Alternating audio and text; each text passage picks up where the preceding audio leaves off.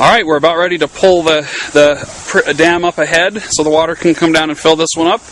As you can see, we've got a long old pipe there, and then some smaller pipes. Sometimes you use boards. I think these old pipes were from an old trampoline that we don't use anymore. But as you can see here, the dam is set. It's ready to catch the water when the previous one gets released. Hold on.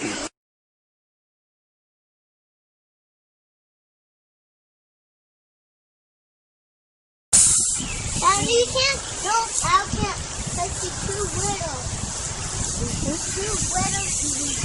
Alright, my brother's about to pull the dam up there.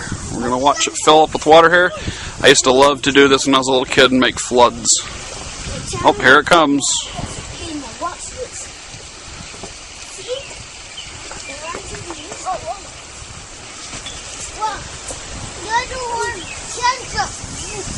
Johnny has to go real high. I did it. What did I do, Channel? Wait, one. Okay. I'm coming. What did I do, Channel? The reason why you have to keep setting dams periodically is to keep the water level high so the tubes will run, or they can run out of the gaps that you make in the ditch. Okay, so here it comes.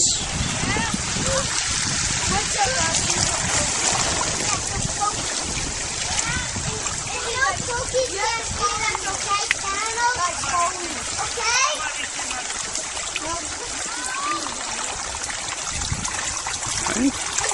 It's filling up there.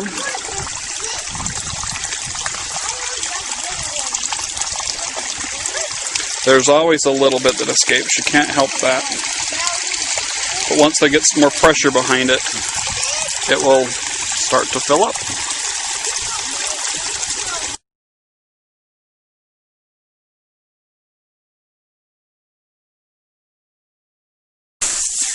Yeah, we just started. Alright, you go ahead and put the tube in. You can see it has a rubber inner tube on the end of it. That creates a vacuum, and it sucks it through just like you're sucking through a straw.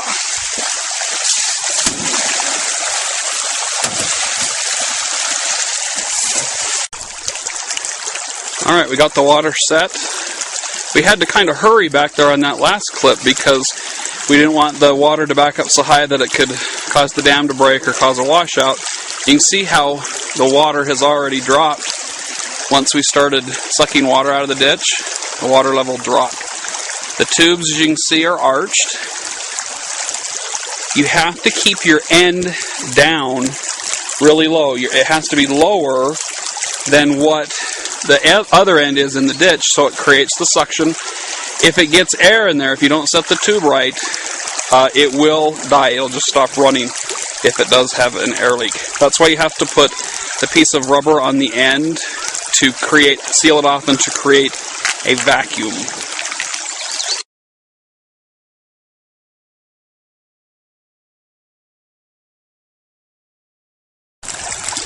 Alright, we've got it on 2 of the lands.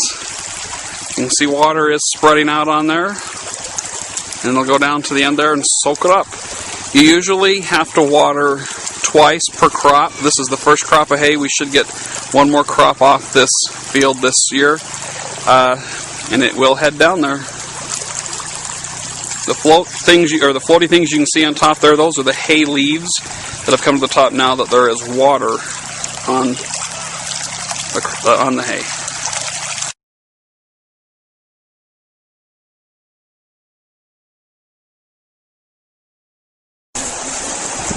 Alright, here's another field where we're doing the same thing.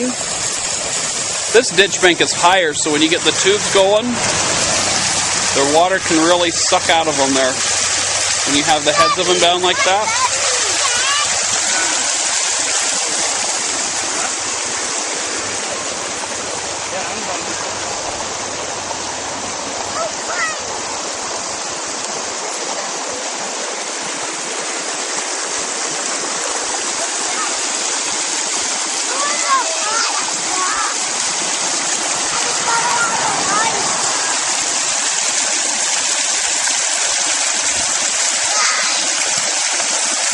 Wave, Mitch.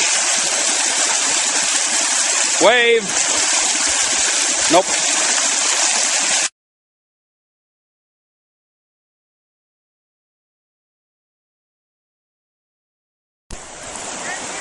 The bubbles that you see are the wormholes, and as the water's going down into the ground, the oxygen comes up through there and it creates the bubbles.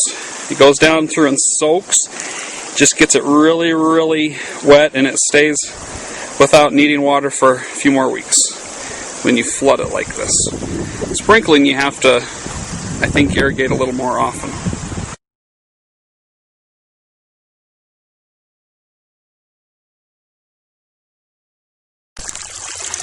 Alright, here we are at the top of those lands of grain that we're watering. You can see the dam is set.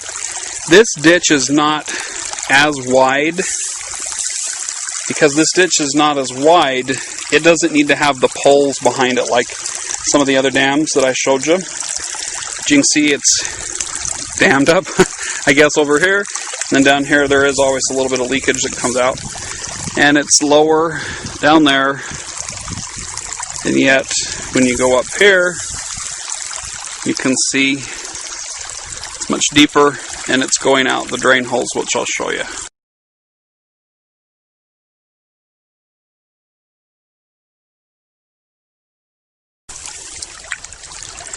Alright, I just need to put the slide in here, and it'll prevent the water from coming out. So you can see that water's spreading out. It's flooding all down that land right there.